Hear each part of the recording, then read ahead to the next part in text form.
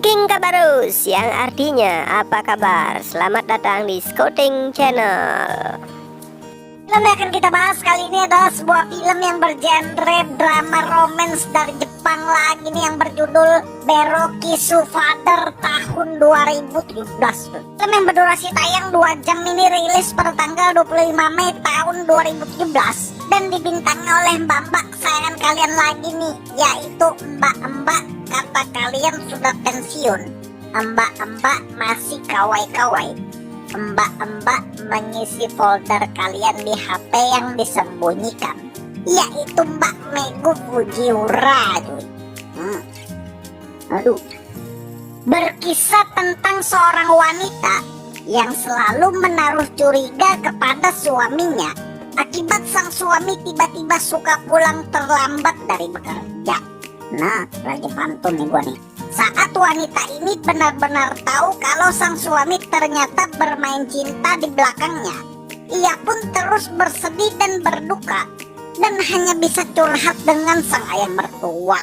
Nah, pantun lagi nih gua nih. Apakah yang akan terjadi kepada wanita ini di ending cerita? Nah, masih kapan pun.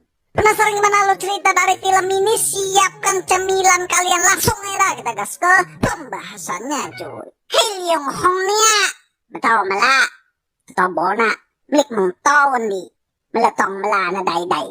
Skip, skip, na day-day matawon di. Di awal film kita akan diperlihatkan seorang wanita yang sedang duduk gelisah, yang lagi nungguin sang suami nggak kunjung pulang ke rumah. Nah, pantun lagi nih gua nih. Wanita kawai-kawai berbadan bugar, bernama Meguri Fujiura. Saat sang suami yang kita kasih nama Ipit sudah pulang, Ipit aja dah nih. Ipit aja dah, Ipit gondrong nih, temen SD gua nih. Main bola jago cuy, larinya kenceng ya. Mbak Megu pun bercerita, baru saja ia ingin memperbaiki hubungannya dengan sang suami, si Ipit malah melakukan hal yang mencurigakan, yang takut handphonenya dilihat dan belajar kerjanya bau parfum cewek. Malamnya, saat Mbak Megu coba bersabar dan pengen ngajak Ipit cangkul gergaji, lagi-lagi si Ipit malah menghindar karena sudah terlalu capek main bola lari cepat jadi sayap kanan. Akibat hal itu, Mbak Megu pun langsung colok-colok stop kontak dan hahe-hahe solo karir karena lagi tidak ada kesibukan. Besoknya, saat si Ipit bersiap untuk pergi bekerja, Mbak Megu yang sudah menahan kesabarannya sebagai istri, ia pun lagi-lagi harus tetap bersabar saat si Ipit bilang kalau ia akan pulang terlambat lagi pada malam itu. Tak tahan dengan kelakuan Ipit striker handal, Mbak Megu pun langsung memanggil jin botak untuk curhat dan meminta bantuan dari makhluk sebelah. Berhubung kepala botak berprofesi sebagai ayah dari Ipit suaminya, Mbak Megu yang tahu kelakuan Ipit, ia pun melapor kepada sang mertua dan meminta masukan apa yang harus Mbak Megu lakukan. Mendengar hal itu, jin botak yang juga bingung, ia pun hanya bisa diam memegang-megang dengkul sambil mangap-mangap saat Mbak Megu memutuskan ingin mabuk sambil menangis. Si Ipit yang benar-benar gak pulang ke rumah pada malam itu. Hal itu pun membuat Mbak Megu lagi-lagi colok-colok stop kontak karena lagi-lagi tidak ada kesibukan. Paginya, ketika Ipit pemain bola akhirnya pulang dan langsung beranjak mandi, keadaan pun menjadi jelas saat Mbak Megu menemukan bukti di handphonenya Ipit yang waktu itu ada pesan mesra masuk dari seorang wanita.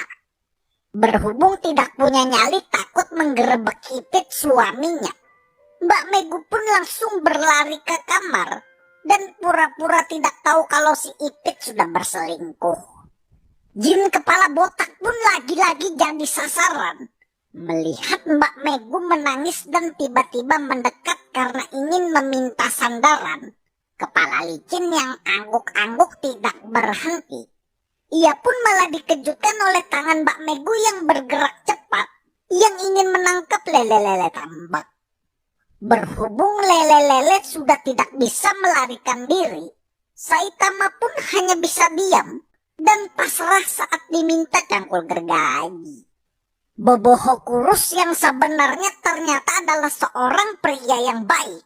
Meskipun ia sudah cangkul gergaji bertubi-tubi, ia sebagai ayah pun tetap mengingatkan Ipit sang anak saat Ipit yang terlalu cuek dengan Mbak Megu menantunya. Ipit yang diceritakan waktu itu ingin pergi lagi, ia pun tetap cuek dan langsung pergi meninggalkan kakek Dragon Ball. Berhubung kakek kura-kura pemanggil awan Kington masih berada di sana, hal itu pun membuat Mbak Megu sudah tidak peduli kalau si Ipit pergi dengan wanita dan jarang pulang ke rumah. Kepala tumpul yang merasa kalau perbuatan Mbak Megu sudah menyalahi norma, dengan berat hati, Saitama pun bilang kalau perbuatan mereka berdua harus segera diakhiri, karena itu adalah perbuatan yang tidak halal. Mbak Megu yang tidak tahan melihat kepala mertuanya sudah terlalu mengkilat. Hal itu pun membuatnya menerjang, melakukan cangkul-cangkul bertubi-tubi, sampai Mbak Megu diceritakan telah hamil muda. Ipit yang sekarang juga diceritakan sudah putus dengan selingkuhannya. Hal itu pun membuatnya tidak pernah telat pulang ke rumah, dan tak pernah cuek dengan Mbak Megu istrinya lagi. Dan filmnya pun berakhir dengan Mbak Megu yang berpura-pura mengajak Ipit suaminya membuat momongan untuk menutup jejak. Padahal kita semua tahu kalau anak yang dikandung sebenarnya adalah anak siapa, coy? Oh, aduh, kasihan Ipit. Kasihan Saitama. Apa nih? Oke guys, ya mungkin segini. Dari film ini kita bisa belajar, mantap nih, belajar dari Boboho kurus ya.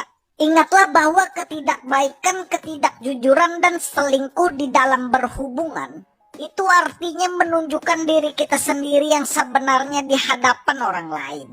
Maka dari itu, jangan kaget jika suatu saat nanti semua hal itu akan berbalik terjadi kepada hidup kita. Kita sebagai manusia, baiknya belajarlah untuk menabur sebuah kebaikan agar mendapat balasan yang baik, dan hindari berbuat buruk agar dijauhkan dari balasan yang lebih buruk, cuy.